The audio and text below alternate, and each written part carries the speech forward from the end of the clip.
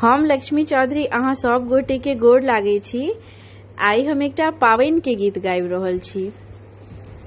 गीत गावऽ काल में अपलोड करऽ काल में अपना दिस से हम ई पूर्ण रूप से ध्यान राखे छी जे गीत के बोल जे छै से बहुत सरल हेबाक चाही, ताकि अहाँ सब गोटे के गावऽ में सीखऽ में कोनो तरह परेशानी नहीं हुए। तथापि यदि परेशानी होइया तो अहाँ लिख सकै छी जे गीत के बोल आर सरल हेबाक चाही। और अहाँ सब गोटा हमरा स्नेह के रूप में, आशीष के रूप में हमरा यह चाही जे अहाँ सब गोटे ला जे हम गीत अपलोड कर रहल छी ओई गीत में से अहाँ सब गाबू और कमेंट क के लिखू जे कोन गीत लोग बेसी पसंद केलखिन और कोन कोन गीत गेनौ हैं। और आई जेना कि बरसाइत अइ तो जतेक नवविवाहिता छथिन एवं प्रत्येक मिथिलानी के हमरा दिस से बहुत बहुत हार्दिक शुभकामना अछि बरसाइत के। और आई हम कोशिश करबै जे कनी बेसी गीत अपलोड क सकी। सब तरह गीत अपलोड हैत, कोवर के सेहो अपलोड क रहल छी और जे जेना छै से अहाँ सब कनी चैनल पर बनल रहब। धन्यवाद। पावनि पूजुने किशोरी बरसाइत गे, बड़ गाछ तर जाई के ना। पावनि पूजुने किशोरी बरसाइत गे, बड़ गाछ तर जाई के ना।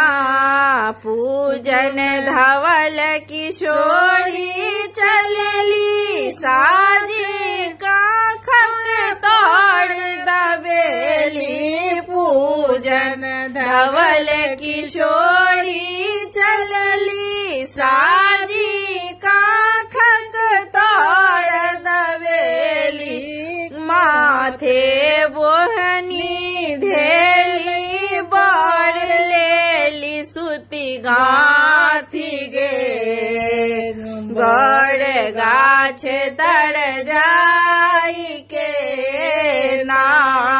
माथे बोहनी लेली बर लेली सुती गाथी गे, बड़ गाछ तर जाई के ना।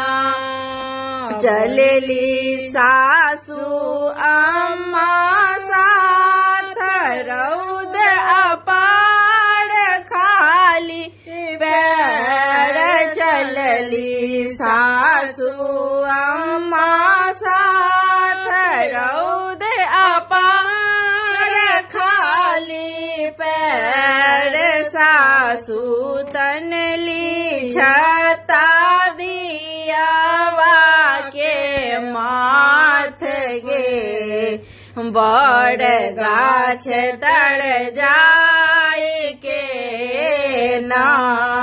सासू तनली छता दियावा के माथ गे, बड़ गाछ तर जाई के ना। कनिया पुतरा छै सतरंगी संग में चलली सखी और संगी। कनिया पुतरा छै सतरंगी संग में चलली सखी और संगी। बियन धेली रंग बिरंगी संगे साथ गे, बड़ गाछ तर जाई के ना। बियन धेली रंग बिरंगे संगे साथ गे, बड़ गाछ तर जाई के ना। पावन पूजुने किशोरी बरसाइत गे, बड़ गाछ तर जाई माई के